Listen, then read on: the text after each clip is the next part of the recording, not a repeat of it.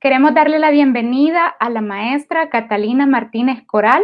Ella es directora regional para América Latina y el Caribe del Centro de Derechos Reproductivos. Catalina es una feminista colombiana y actualmente se desempeña como directora regional para América Latina y el Caribe del Centro de Derechos Reproductivos. Se unió al equipo del centro en el año 2015 y está encargada de supervisar todo el programa en la región y de liderar las estrategias de litigio ante organismos internacionales y regionales de derechos humanos. Anteriormente, trabajó en la Comisión Interamericana de Derechos Humanos como especialista de derechos y en el ACNUR y PNUD como oficial jurídica. Tiene 2 maestrías en Derecho Internacional Público y Relaciones Internacionales de las universidades París I, Panteón Sorbonne y el Instituto de Estudios Políticos de París, Sciences Po. Bienvenida, Catalina, y bienvenida al curso virtual Derechos Humanos de las Mujeres y cobertura periodística sobre violencia contra la mujer con perspectiva de género. Muchas gracias, Metsi. Para mí es todo un honor poder acompañarles en este curso. Sí. Catalina, quisiéramos iniciar con esta pregunta. ¿Por qué es necesaria la legislación especializada en mujeres? Perfecto. Y yo para responderte esta pregunta quisiera antes hacer un disclaimer y es que si bien yo me voy a referir en la respuesta a esta pregunta y en el resto de la entrevista a mujeres en particular, porque la entrevista está diseñada precisamente para hablar sobre los derechos de las mujeres y porque es mi expertise, quiero dejar dicho que esto que voy a decir con respecto a las mujeres también se aplica a otros grupos históricamente discriminados en razón de su género, como la población LGBTI. Me parece importante decirlo porque si bien voy a hablar de mujeres, no estoy desconociendo esa situación. Entonces, habiendo dicho esto, pues la legislación especializada en mujeres es muy importante y es muy necesaria porque busca poner a la mujer en pie de igualdad con los hombres, ¿no? Y las legislaciones actuales, pues, no nos está garantizando eso en su totalidad, porque históricamente las leyes han sido diseñadas por hombres y en contextos en donde las mujeres no éramos reconocidas incluso como miembros activos de la ciudadanía, ¿cierto?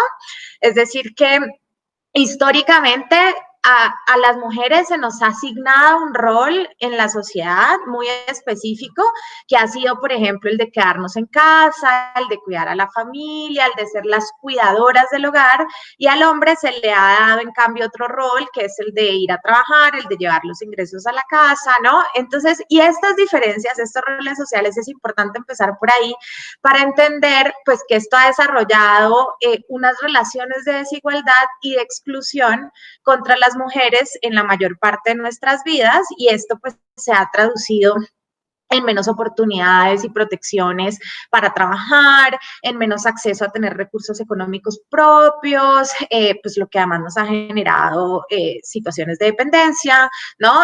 Menor valoración y reconocimiento de las actividades que se nos han asignado y menos reconocimiento de nuestra ciudadanía, ¿no? Entonces, digamos, al principio ni siquiera se nos habían reconocido y ya como aterrizándonos a la ley, precisamente por estas desigualdades, en un principio ni siquiera se nos habían reconocido derechos civiles y políticos como el voto, ¿no?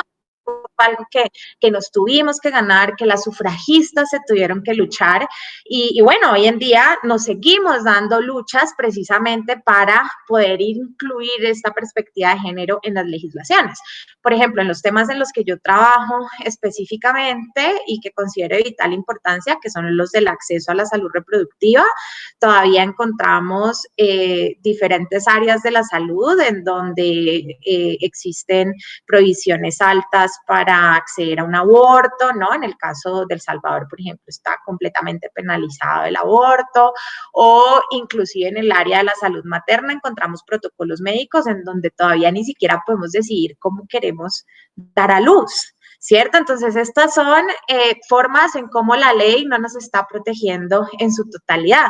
En temas menos polémicos podríamos hablar inclusive de cómo la ley todavía no reconoce el trabajo no remunerado que las mujeres desarrollan en la esfera doméstica como un trabajo. Entonces, precisamente porque todavía faltan estos reconocimientos y porque la ley misma incluye muchas veces estereotipos de género, por ejemplo, y con esto voy a cerrar porque sí que me estoy alargando un poco, pero uno empieza a ver, si uno lee códigos penales y códigos civiles, uno ve en artículos que todavía existen estereotipos de género. En Ecuador, por ejemplo, el delito de estupro a principios de los años 2000, porque no te estoy hablando de antes de esto, a principios de los años 2000, el delito de estupro hablaba de que era una cópula con mujer honesta a través del engaño, ¿no? Entonces, ¿qué quiere decir esto de mujer honesta? ¿No? Es un concepto que precisamente se construye por un rol de género en donde quieren hablar de una mujer virgen o casta, y lo que querría decir que solo una mujer virgen, casta u honesta tendría o merecería protección bajo la ley. Entonces, necesitamos mayores protecciones, necesitamos erradicar aquellos artículos como este que te estoy hablando, en los que hay muchísimos más, y por ello una legislación especializada en mujeres y que pueda contemplar este enfoque es tan importante. Me llama la atención cuando decís que tenemos que ganarnos los derechos. ¿Por qué nosotras tenemos que ganarlos? Y cuando digo nosotras, hablo también de la diversidad sexual y por qué nuestros pares hombres que están dentro de la heteronorma o son binarios no tienen que ganarse los derechos. Claro, precisamente porque responde a esta desigualdad histórica de la que estoy hablando, ¿no? Entonces, como se crearon estos roles de género y las leyes fueron escritas para proteger y favorecer las actividades que estaban destinadas a ese rol de hombre, pues las que nos tenían que proteger a nosotras, las mujeres, o a nosotras, las personas de diversidad de género y sexual, pues están por construir, ¿no? Entonces, con esto lo que quiero decir es que no quiero desconocer que hemos tenido grandes avances a lo largo de la guía, pues porque por supuesto los ha habido, pero estamos lejos de alcanzar una real igualdad, y que esto es muy importante que lo entiendan las personas que están haciendo las leyes, porque estas personas tienen una obligación enorme de poder incorporar este enfoque de género e ir garantizando esa igualdad.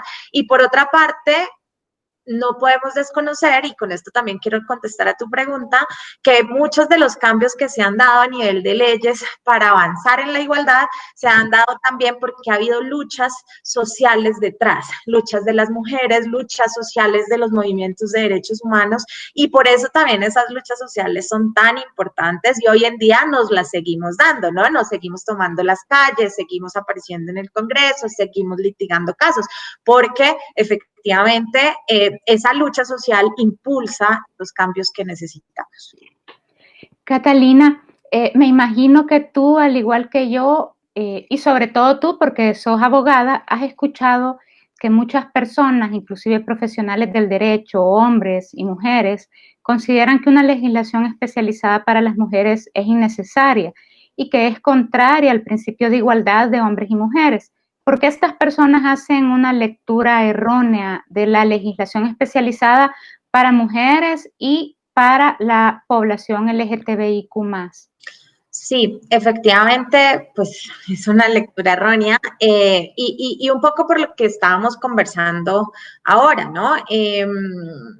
Justamente la legislación especializada en mujeres lo que busca es precisamente lo contrario, y es generar esa igualdad que no tenemos hoy en día ante la ley, ¿no? Entonces, eso implica que tenemos hoy en día menos protecciones legales, ¿no? Las mujeres y las poblaciones LGBTI, y para alcanzar la igualdad necesitamos avanzar en esas protecciones legales, ¿no? Por una parte.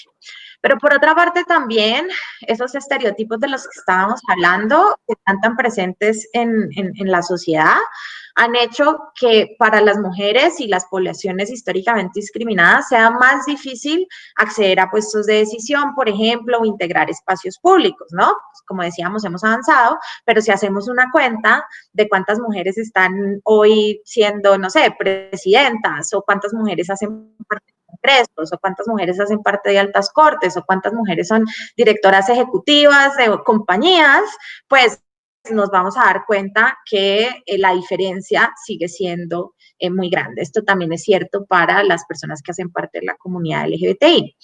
Entonces, cuando se incluyen enfoques de género en las legislaciones, también estamos tratando de potencializar esas oportunidades para que las personas, las mujeres y las personas históricamente discriminadas podamos empezar a conquistar esos espacios que no hemos conquistado históricamente por estas desigualdades. Entonces, pues básicamente una legislación especializada en mujeres o especializada o con enfoque de género, lo que busca es garantizar que lleguemos a esa igualdad.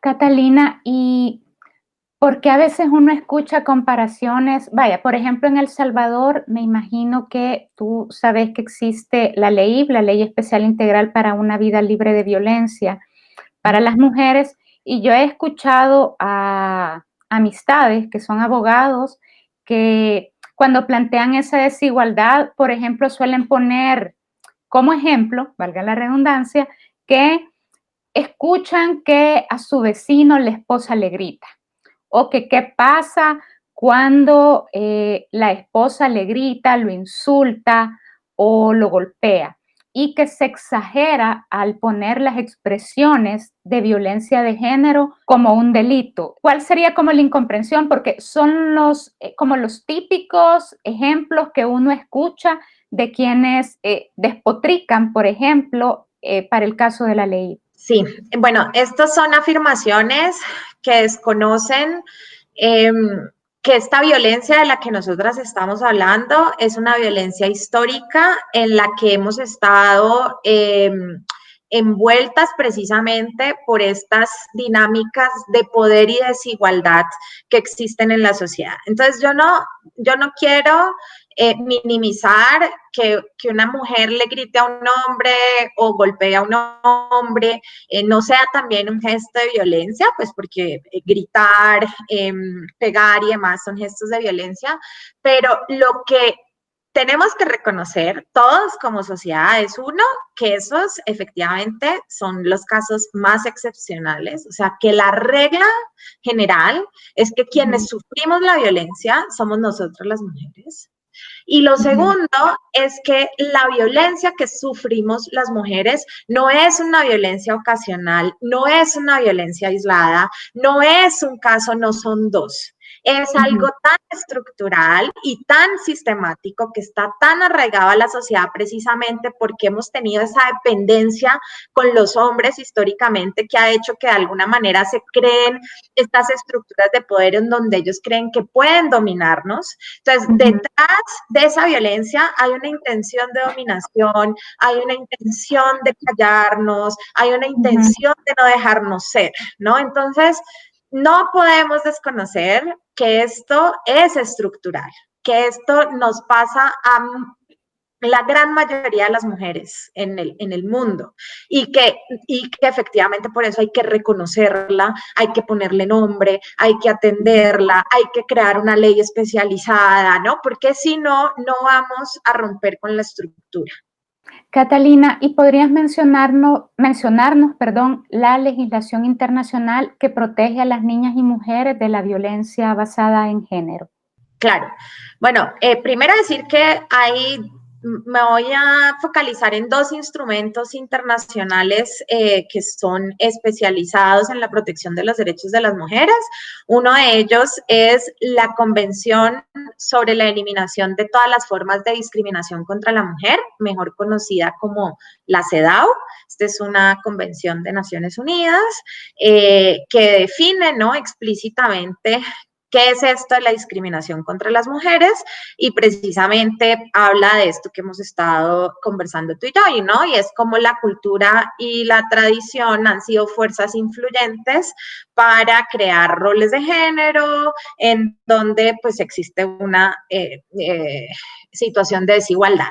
Y entonces esta convención de la CEDAW establece una especie de hoja de ruta para los estados para poner fin a la discriminación, ¿no? Entonces, básicamente lo que hace es que reconoce derechos de las mujeres y establece unas obligaciones específicas para los estados para garantizar esos derechos. Y estas obligaciones pueden ir desde consagrar la igualdad de género en su legislación nacional, derogar disposiciones discriminatorias que existan en sus leyes, promulgar disposiciones para proteger a las mujeres en diferentes esferas, ¿no? Garantizar acceso a la justicia, bueno, diferentes obligaciones que no me voy a detener pues a explorar porque quizás hablamos más de eso más adelante. Y otra convención de la que quisiera conversar es una convención que ya es de carácter regional que aplica para todas las Américas, que es la Convención Interamericana para prevenir, sancionar y erradicar la violencia contra la mujer. Esta convención es mejor conocida como la Convención Belém do Pará porque se firmó justamente en Belém do Pará en Brasil. Y pues esta convención lo que hace es reconocer la violencia contra las mujeres como violaciones de derechos humanos de las mujeres, que además limita pues el goce de esos derechos y libertades que tenemos, ¿no? Y también afirma esta convención que esta violencia es una manifestación de esas relaciones de poder históricamente desiguales entre hombres y mujeres. Entonces también se une con lo que conversábamos más arriba. Y bueno, y al igual que la convención de la CEDAW, pues la convención de Belém do Pará también incluye derechos y deberes de los estados en estas esferas.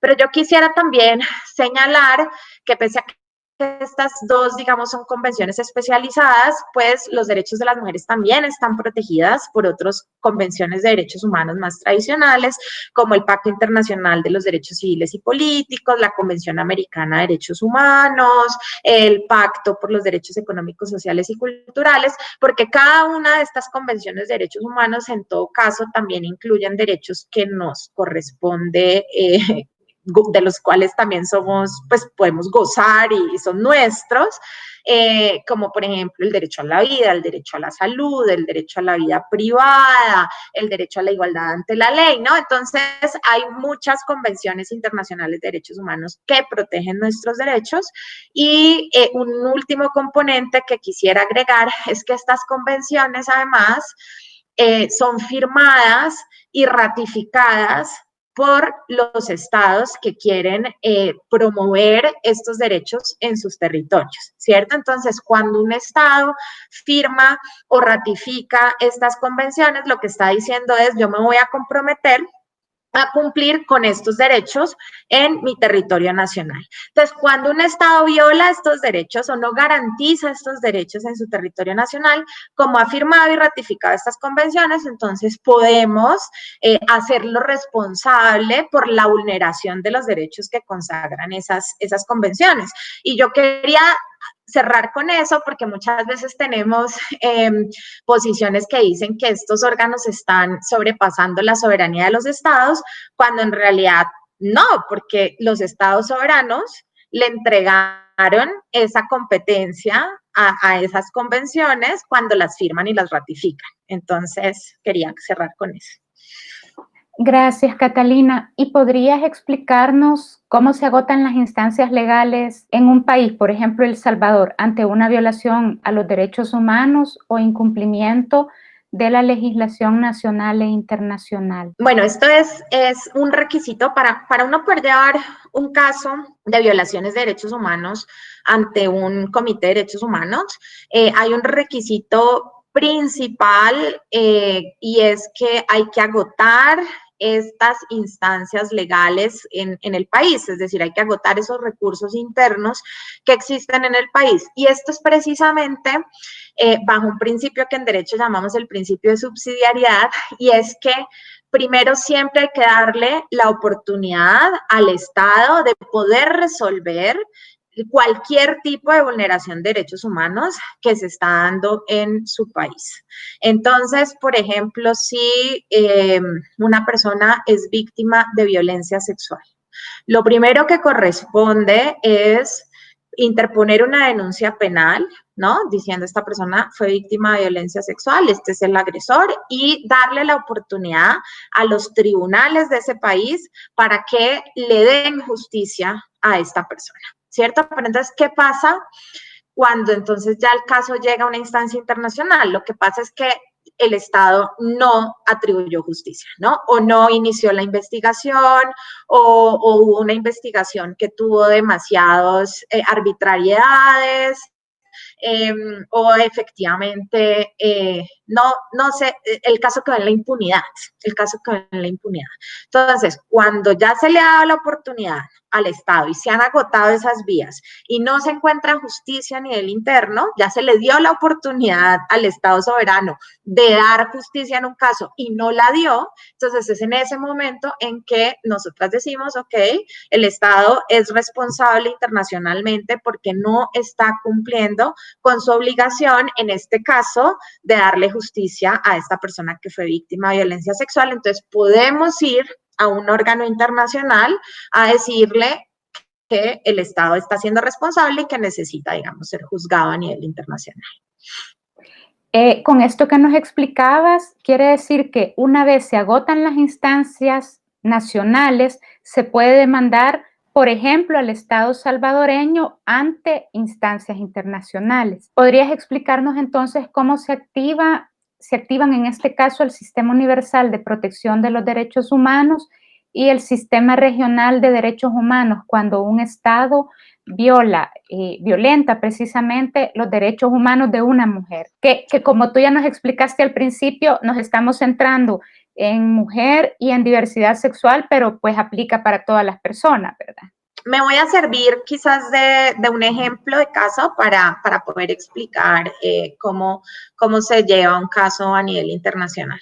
Entonces, un caso que litigó el Centro de Derechos Reproductivos en contra de Perú, de una niña adolescente, KL, era su seudónimo. Ella quedó en embarazo, le diagnosticaron un embarazo anencefálico, que quería decir que el feto no iba a sobrevivir cuando naciera.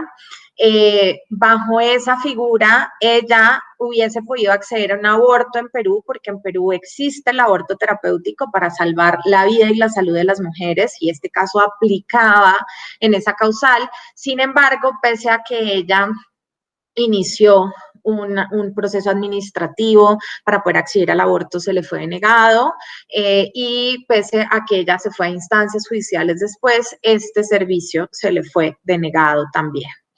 Ella es obligada a seguir adelante con el embarazo, a dar a luz a un bebé que nace con múltiples deformaciones en el cráneo, precisamente por esta inviabilidad que tenía desde el inicio, que había sido diagnosticada, y ella es obligada a amamantarlo durante los 4 días que sobrevive y verlo morir, ¿no? Entonces esto a ella le causó un sufrimiento extremo.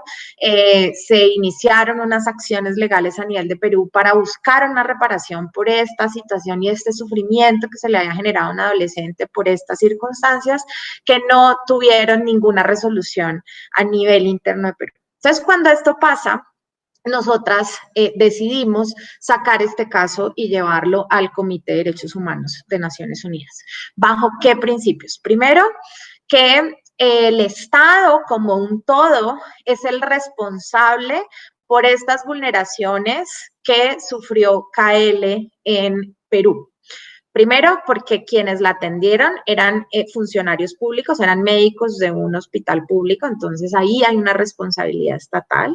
Y segundo, porque ninguno de los sistemas administrativo, judicial y posteriormente civil le respondió, ¿no? El Estado nunca le respondió de ninguna forma. Entonces ahí hay, digamos, varios componentes de la responsabilidad estatal. Entonces cuando uno saca un caso, ha agotado los recursos internos, ¿no? Ha agotado esas instancias legales de las que hablábamos, y lo que le decimos a un órgano internacional es, mire, este es un caso de vulneración de derechos humanos, ¿no? Y el responsable es el Estado de Perú, porque no por todas estas circunstancias que te acabo de enumerar. Entonces, un litigio internacional es entre un individuo que ha sufrido violaciones a sus derechos humanos en contra de un Estado, y no de una persona, sino de un Estado que le vulneró esos derechos de diferentes formas. Y para poder llevar ese caso a nivel internacional, se agotan las instancias legales internas antes. Catalina, como bien nos explicas, tú tenés experiencia en litigio estratégico internacional, ¿verdad? Sí. Y en justicia transicional con respecto a derechos de las mujeres y niñas. ¿Por qué es importante el litigio estratégico internacional en estos casos? Perfecto. Sí, bueno, el litigio estratégico es una herramienta que desde el Centro de Derechos Reproductivos, que es la organización que yo represento, usamos, trabajamos mucho con ella, porque efectivamente es una figura que nos permite avanzar, encontrar justicia no solo para la persona que representamos, sino también avanzar en el reconocimiento de los derechos. ¿De qué forma? Cuando se lleva un caso a nivel internacional, en donde se está diciendo hay un Estado que ha vulnerado derechos humanos, ¿cierto? Lo que le estamos pidiendo a este órgano de derechos humanos internacional es que, primero, le otorgue justicia y reparaciones a la persona que se está representando. En este caso, pues las personas que estemos representando, que han sido, cuyos derechos se han visto vulneradas.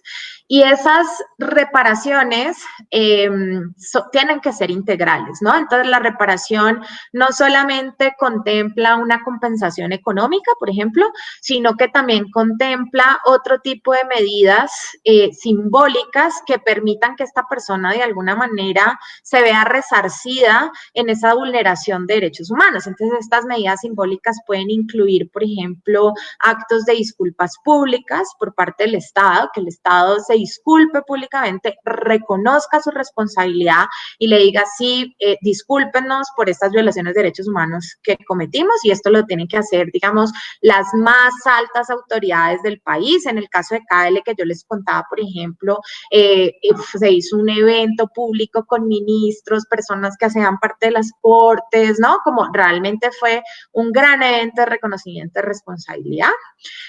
Puede ser también reconocimientos en donde se honre el nombre de las víctimas, ¿no? Muchas veces se le pone el nombre de las víctimas a los hospitales en donde se cometieron los derechos humanos, o se crea una placa especial en algún espacio que sea simbólico, porque ahí fue donde se vulneraron los derechos humanos. También se pueden conseguir medidas ya más de rehabilitación, ¿no? Como por ejemplo rehabilitación médica, rehabilitación psicológica, rehabilitación social, nuevas oportunidades de trabajo, en fin, o sea, como oportunidades que les permitan a estas personas retomar sus proyectos de vida. Entonces, esto por una parte quería darle un gran énfasis, porque, por supuesto, hay un gran componente centrado en las personas que se están representando. Pero ahora bien, la segunda parte a la que me quiero referir, que me parece que es muy valiosa del litigio estratégico, es que desafortunadamente esa persona que nosotras estamos representando no es un caso aislado, ¿no? El caso de KL, por ejemplo, en Perú, que fue el ejemplo el que me servía anteriormente, no es un caso que solamente le pasó a ella. Cuando nos ponemos a ver qué es lo que está pasando en el país, nos damos cuenta que hay muchas niñas y muchos adolescentes, miles, que no están accediendo a servicios de salud sexual y reproductiva porque sigue existiendo un estigma, porque siguen habiendo obstáculos para acceder. Entonces nos damos cuenta que esa historia de KL, que es tan triste y tan dolorosa, no es solo de ella, sino que es de millones de niñas en Perú, y luego te pones a ver en Latinoamérica y te das cuenta que es de millones de niñas y adolescentes en Latinoamérica.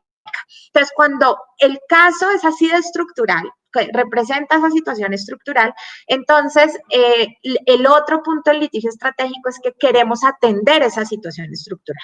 ¿Y cómo atendemos esa situación estructural? Pidiéndole a un comité de derechos humanos que se pronuncie sobre estas vulneraciones de derechos humanos y crea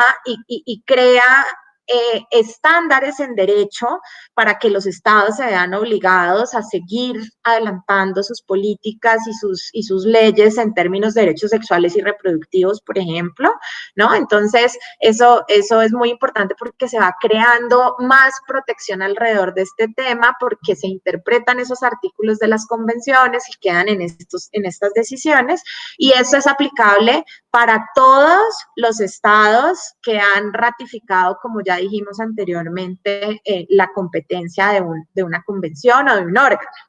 Y luego, específicamente contra el país al que estamos demandando, pues el Comité de Derechos Humanos tiene la competencia de emitir recomendaciones para ese país en términos ya más de medidas generales, como por ejemplo, creación de políticas públicas que le permitan a las niñas y las adolescentes, en este caso, acceder a salud sexual y reproductiva, o mejorar su sistema judicial, o sea, puede hacer diferentes recomendaciones en términos generales. En el caso de CAEL específicamente, por ejemplo, se le recomendó a Perú, porque como el aborto terapéutico era legal, se le recomendó a Perú que se creara un protocolo que permitiera realmente aplicar ese aborto terapéutico en el país. Y efectivamente Perú, precisamente por esta decisión de Naciones Unidas, empieza y crea este protocolo de acceso al aborto legal. Entonces vemos cómo el litigio estratégico no solamente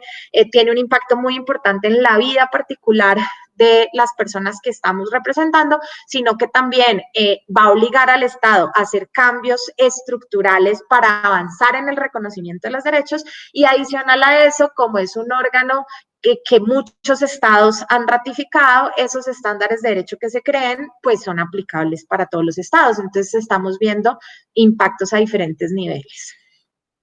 Es decir, que como el ejemplo que utilizabas, el caso de KL, si sucediera otro caso igual en Perú, por ejemplo, o en Argentina, donde este tipo de aborto sí está permitido, esas recomendaciones y resoluciones aplicarían, digamos, automáticamente para ese país. Es decir, ustedes como abogada ya tendrían un precedente para defender otro caso.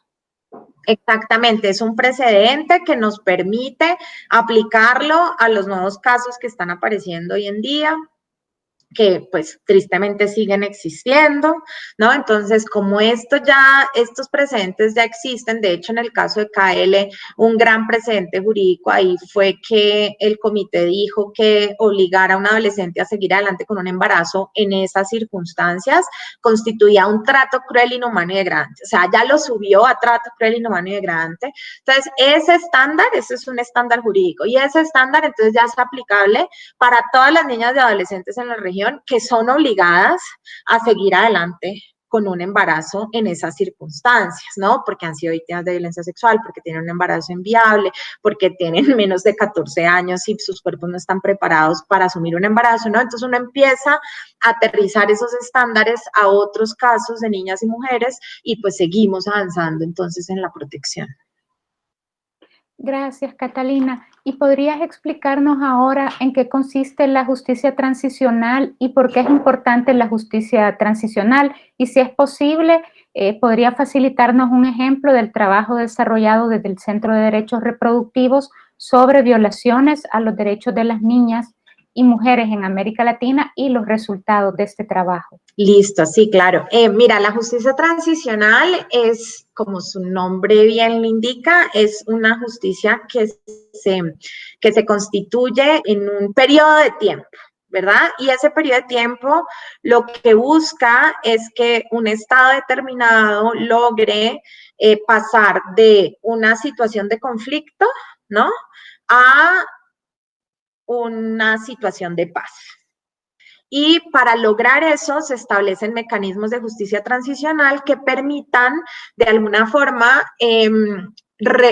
hacer una investigación de lo que sucedió durante un conflicto armado, por ejemplo, en el caso de Colombia, me voy a referir al caso de Colombia, entonces, de lo que sucedió durante un conflicto armado, quiénes son los principales responsables de esas violaciones que se cometieron, qué tipo de medidas se tienen que tomar para que la sociedad pueda pasar, pueda transicionar a la paz, ¿no?, pueda transicionar a un periodo ya de democracia y finalmente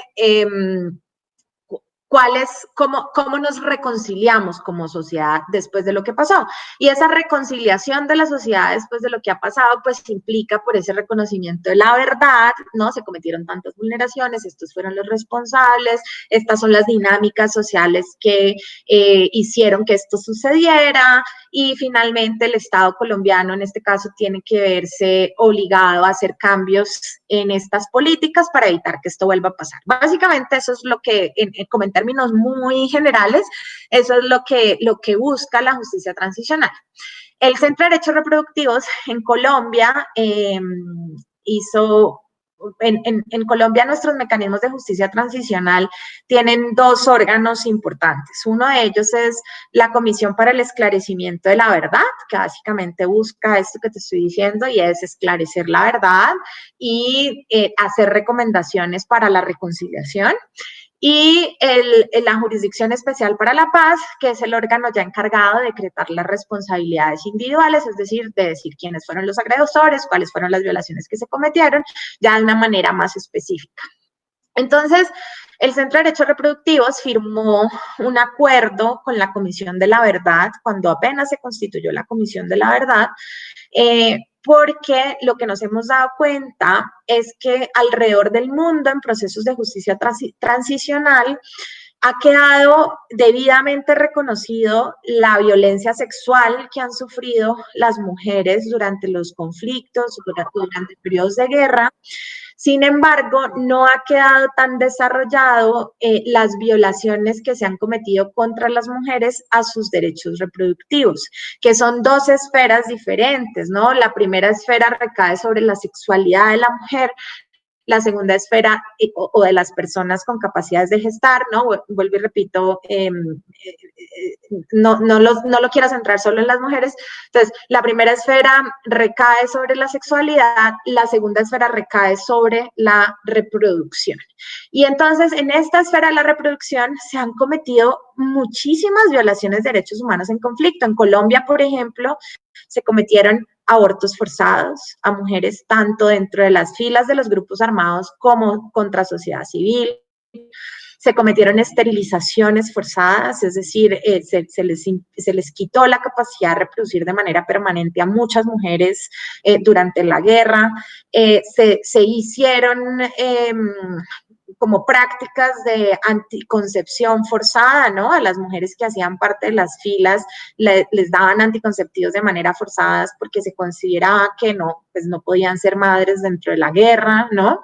Se cometieron diferentes vulneraciones de acceso a los servicios de salud sexual y reproductiva, ¿no? No estaban disponibles durante la guerra.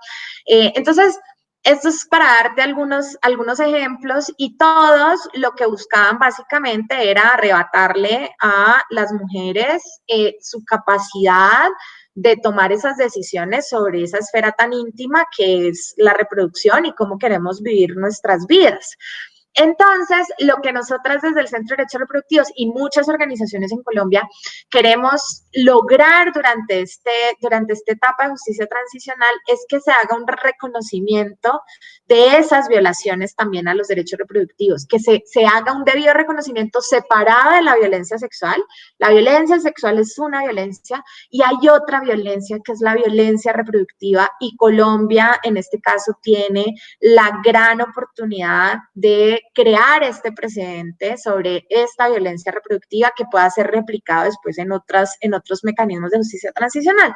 Entonces, como parte de este acuerdo que firmamos con la Comisión de la Verdad, el Centro de Derechos Reproductivos acaba de publicar un informe que es, pues también te lo puedo pasar después para que lo puedan distribuir, un informe que habla de esta radiografía de la violencia reproductiva que que sufrieron las mujeres y las poblaciones LGBTI durante el conflicto armado y fue entregado a la Comisión de la Verdad con el ánimo de que la comisión en su informe final incluya pues parte de esta realidad dentro de esa construcción de la verdad y dentro de esa construcción de la verdad y habiéndose incorporado esto que te estoy diciendo, pues se hagan recomendaciones muy específicas en torno a la necesidad de seguir avanzando en el reconocimiento de los derechos sexuales y reproductivos de las personas en el territorio nacional, la necesidad de seguir erradicando los estereotipos y las desigualdades de género, ¿no? O sea, como podamos seguir avanzando en ese sentido. Catalina, me llama la atención, todo lo que has dicho es bastante importante, también me llama la atención que a las sobrevivientes de violencia les pongan seudónimos y me gustaría que nos explicaras la decisión que ustedes toman de ponerles un seudónimo porque creo que es replicable cuando estamos hablando de violencia basada en género para el caso del periodismo y muchas veces las y los periodistas nos enfrascamos en que queremos el nombre real de la persona, que hay que publicar la foto de esta persona, que hay que tener el rostro como esta evidencia, ¿verdad?, de que existe, pero es importante que entendamos por qué desde los casos que ustedes representan y litigan, procuran guardar la identidad de estas personas. Garantizar la confidencialidad de las víctimas de violencia sexual o de violencia reproductiva o de cualquier tipo de violencia es de vital importancia porque es una manera de proteger a estas personas que no quieren seguir siendo victimizadas dentro de este proceso, ¿cierto? Entonces, yo te voy a dar un ejemplo muy específico de El Salvador, por ejemplo. Nosotras representamos un caso ante la comisión, ya ante la Corte Interamericana, ya estamos ante la Corte Interamericana de Derechos Humanos, que es el caso de Manuela contra El Salvador. Manuela es una mujer Manuela es un seudónimo, Manuela es un seudónimo para proteger esa identidad. Manuela fue una mujer que sufrió una emergencia obstétrica en una etapa avanzada de su embarazo, quiere decir que tuvo una complicación en ese embarazo que hizo que ese embarazo se adelantara y dio a luz a un feto muerto. Por la extrema criminalización del aborto en El Salvador, cuando Manuela es trasladada a un hospital público para recibir atención por lo que le acaba de pasar, uno de los eventos más traumáticos que cualquier mujer puede pasar en su vida, empecemos por ahí, y llega a un hospital, las profesionales de la salud que la atienden, lo primero que hacen es denunciarla porque consideran que ella fue la que se provocó esa emergencia y la esposan y la policía llega y la esposa a la camilla del hospital, ella todavía convaleciente, está esposada a la camilla, y yo quiero explicar lo que esto significa en términos de sufrimiento, es decir, una persona convaleciente es una persona que todavía siente dolor, es una persona que no va a poder entonces tener movimientos naturales como por ejemplo tocarse el estómago si le duele o voltearse de un lado de la cama. Humanicemos un poco la situación porque esta es la violencia y el sufrimiento que tienen estas personas. Ella finalmente es condenada, va a la cárcel, en la cárcel le descubren un cáncer que tenía, que puede ser el que le ocasionó además la emergencia obstétrica que sufrió, ¿no? Eso no lo hemos podido, no lo vamos a poder comprobar, pero pudo haber sido eso, ¿no? Y ese cáncer no le es tratado y ella muere en la Esto además ha significado para la familia de Manuela un dolor enorme, ¿no? No solamente de perder a su hija, de verla en la cárcel, de saber que está enferma y no está recibiendo un tratamiento, de la impotencia de verla morir, ¿no? Todo este sufrimiento. Y estoy hablando y contando esta historia porque quiero como resaltar lo que significa realmente estas violaciones de derechos humanos para las personas que lo sufren. Entonces, ya es mucho sufrimiento. Si a eso tú le agregas que todavía vivimos en sociedades que no nos creen, ¿no? Entonces, mucha gente dice, ay, no, Manuela, seguramente sí se provocó esa complicación y ya, lo que están haciendo las abogadas que la están representando es mentir. O si es una víctima de violación sexual, por ejemplo, es, ay, no, pero seguramente ella no fue víctima de violación sexual, sino que está exagerando. Porque tenemos muchos estereotipos en la cabeza. Entonces, esto pasa a nivel social cuando se cuentan estas historias y cuando se habla de estos temas. Y si a eso entonces tú le agregas que ven y te digo quién es la persona, ven y te revelo el nombre de la persona y te muestro su foto, ¿no? Entonces, no solamente esta persona ha sufrido de todas estas vulneraciones que acabamos de conversar, sino que además va a sufrir directamente de ese señalamiento público, del que no le creen, no la protegen, creen que no merece protección, porque además hay un estereotipo también de que las mujeres somos las culpables de lo que nos pasa, ¿no? Entonces, estás revictimizando a una persona que ya sufrió y que ya fue víctima de violaciones de derechos humanos. Entonces, por eso es tan importante cuando las personas que han sido víctimas de violencia así lo quieren, porque hay otras que sí quieren hablar y quieren salir a la luz y se quieren adueñar de sus casos, porque eso es una decisión de las personas sobrevivientes de violencia. Pero es tan importante respetar quienes no quieren hacerlo y sensibilizar a la sociedad de que no importa si no tenemos el nombre real o no importa si no tenemos la foto de la persona. Estas son historias de violaciones de derechos humanos y si tienen un seudónimo son igual de relevantes así no lo tienen. Y lo único que estamos haciendo aquí es proteger a una persona que ya ha sufrido lo suficiente y que merece seguir con su vida y con sus proyectos de vida de la manera más pacífica y tranquila posible. Gracias, Catalina. Y regresando al litigio estratégico internacional y a la justicia transicional, me gustaría que nos explicaras por qué es importante buscar esas decisiones internacionales a favor de niñas y mujeres víctimas de derechos humanos, más allá de lo que ya nos explicabas, que bueno, creo que es como la base, lo más importante, ¿verdad? Que es sentar un precedente o jurisprudencia.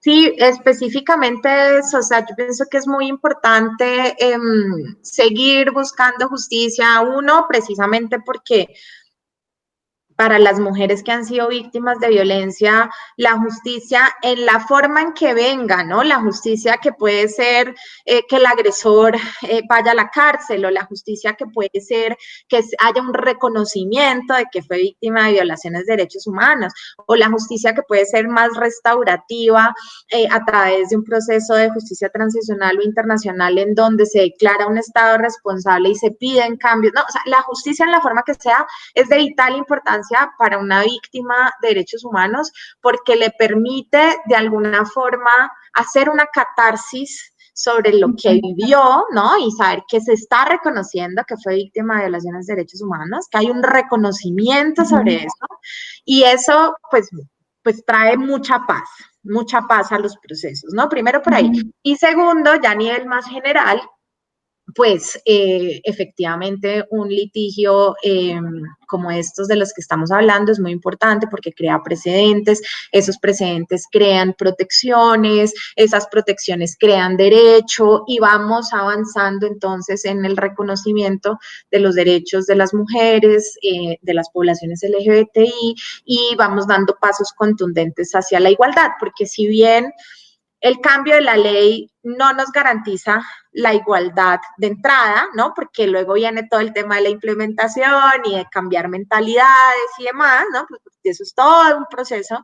El cambio de la ley sí permite empezar a desestigmatizar, Entonces, por ejemplo, si nosotras en El Salvador se logra una reforma para avanzar en el acceso al aborto, no es que al día de mañana ya las mujeres no vayan a ser perseguidas o se les vaya a denegar o se les vaya ya pues como a realmente otorgar el acceso al servicio de salud, pero es un inicio para empezar a deconstruir el tema y empezar a permitir que las mujeres efectivamente puedan tener acceso a su salud sexual y reproductiva. Entonces, por eso es tan importante, porque la ley es muy simbólica, más allá, es más allá de tener una ley, es como a través de la ley podemos empezar a cambiar también mentalidades, podemos empezar a cambiar la sociedad, podemos empezar a desbaratar estereotipos, ¿no? Como, y un litigio estratégico nos permite eso.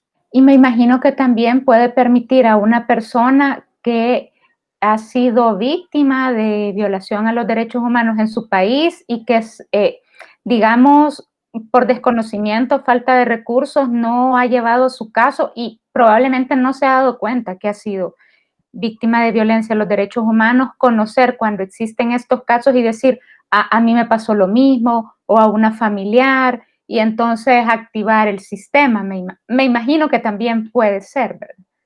Exacto, exactamente. Y por eso también es tan importante, y muchas gracias por esa pregunta, porque eso me hace complementar mucho algo que hemos estado conversando, y es que el litigio estratégico no solo está acompañado de una parte legal, sino que el litigio estratégico viene acompañado de otras herramientas para realmente poder hacer un cambio social, ¿no? Y esas herramientas incluyen, por ejemplo, estrategias de comunicación. ¿Cómo vamos a comunicar este caso? ¿Cómo vamos a hacer para que las personas lo conozcan?